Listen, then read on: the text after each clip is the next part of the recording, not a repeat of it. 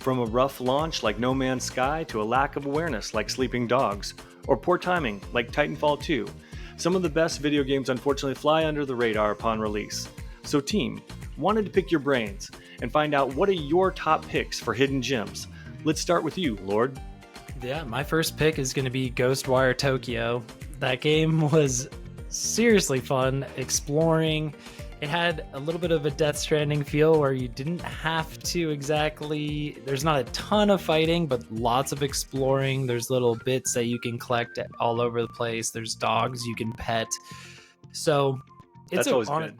Yeah, it's an awesome game. I think it dropped. I think it's on Game Pass right now, and it had a stint on PlayStation Plus. But I thought it was really awesome. I feel like you also kind of fly around like Echo from Overwatch. You kind of like do this fun glide, and you're just kind of hovering over the streets of a very abandoned looking Tokyo.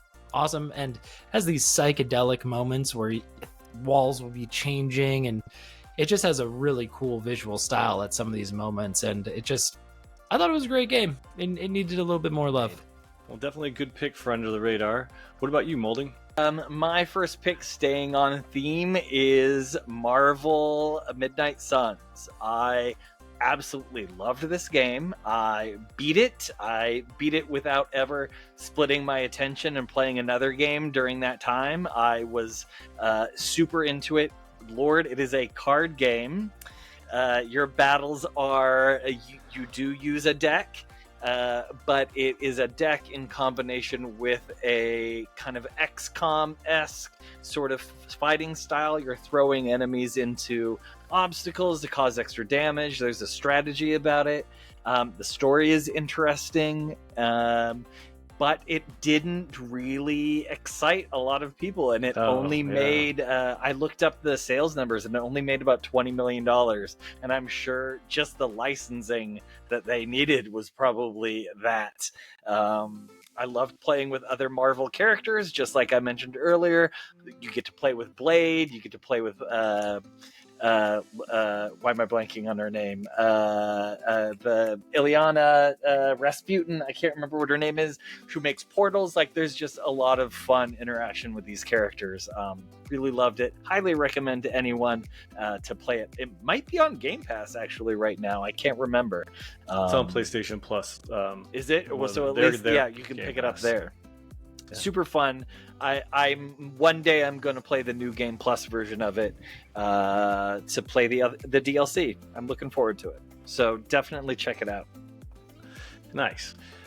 Speaking of underground games that should be checked out, my pick is Wild Hearts, and I know I touched on this earlier, but it truly is one of those games that went under the radar. I had no interest in it. I'm not a big fan of Monster Hunter. And then it came onto Game Pass, and I was like, I don't have anything else to do. I might as well check it out. And lo and behold, this game really surprised me. Not only was it great, hunting the monsters, it was easy to team up with my friends, it was easy to understand, and then I got these sort of like things you can build on the battlefield, almost like Fortnite, so you're building structures. And they had like hammers and traps and snares and things you can fly across the battlefield with. So lots of really fun powers and upgrades. The art style was fantastic, and it was a huge, eye-opening. It blew my mind how good this game was. So definitely don't sleep on it like I did. I even had a good time playing with you, Maulding.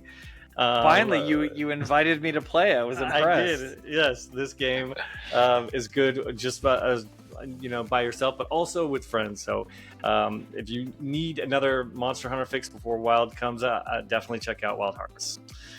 Lord, what's your next pick? Nice. And my next pick is Kingdom Come Deliverance. Okay, this one looked great, but was it good? Oof. I thought it was fun. I had a good time. Some people I don't mean to harsh on your pick, but I couldn't get into this one. Like, some people don't. I know some people don't like this one, but I thought it was like an interesting take. Like, it had a very unique spin on combat. I was like, this is a total, and I thought it was just fun. It filled some void of, the Skyrim void where you're like, I just want to kind of like cruise around. I thought it was very like, it had a very medieval feel to it, and I thought it was cool. Like, and it came out in, I think, 2018, so it's not like a completely old game. I know you can pick it up for like 15. I think I got it for like $10 on PlayStation. And hey, I thought that was, if you're like looking, if Dragon's Dogma didn't tickle your fancy, I say go and check this game out. It has a wild combat, just a complete, like, I'm trying to remember exact, it's like a very like specific, like precision-esque. You gotta like really lock in, otherwise you like miss and you basically can die super quick. But sounds lots of thrilling. Yeah, I mean, it's a little challenging, but I think once you get it, it's a good game. It's a sleeper. Go check it out. All right, Maulding, what's your next pick? I'd appreciate if Matt Lord stopped looking at my Skyrim void. Thank you very much. My choice for the second one was Immortals of Avium, which I spoke about on a few pods ago because I picked it up for $10 on Xbox. Coincidentally, like a week and a half before they put it on Game Pass, so I wasn't very excited about that. But it was a $70 game at launch that I ended up buying for $10, so that's good. But people slept on this game. It is a first-person shooter, but you're using magic instead of guns, and you have 3 types of magic spells with different varieties. So there was kind of like a sniper spell, a kind of a shotgun spell, and like an SMG type spell, and there was fire and lightning, and it had an interesting story and really fantastic facial animations, except for the first woman that you travel with, who is unfortunately not a very attractive companion, and it made me really uncomfortable to play with. But other than that, it looked really good, fun, some kind of a Metroid-esque sort of thing where you had to get a new spell to travel to a new area, which then opened up those areas. Really enjoyed it, had a lot of fun with it, highly recommend it. Play it on Game Pass now if you get a chance, and it's a good like zone out and play type game. Nice. Yeah, good pick. I can't wait to play it. I also picked it up for $10 and now have it on Game Pass, but I definitely will check it out. Speaking of one more game that should be checked out, and my last pick is Mad Max. I'm not just saying that because the movie came out this past weekend, which was okay. And the director actually bagged on the game itself. Don't listen to him. I'm telling you, Mad Max is a game that you don't want to sleep on. If you can pick it up cheap, then definitely do so. It's really fun.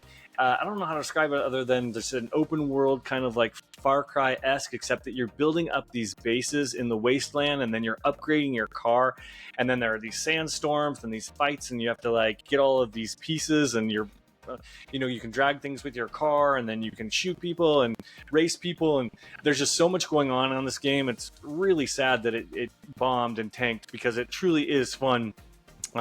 So if anyone like is a fan of those open world games with a lot of car play and shooting and action, then this definitely is one for you. Have you guys and tried it? Has like, it sort of has that like Batman Arkham style like fighting too, yes. Right? Where it like hits really hard. Yeah, I need to check it out. I played a little bit, but I need to jump back in. So we don't have the time for me to go into it, but actually there's a huge backstory on why this game existed, and it actually was part of Warner Brothers' plan to do sort of like a segue between movies, and it was the reason why Mad Max is at the Citadel in the Fury Road movie is because he travels there in this game.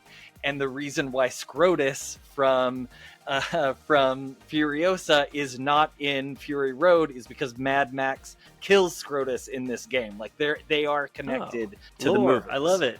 Yeah. That's awesome. Very cool. Yeah. Well, another reason for people to check it out, especially if you're fans of those films. If we missed anything or we didn't pick one that you love, be sure to sound off in the comments below.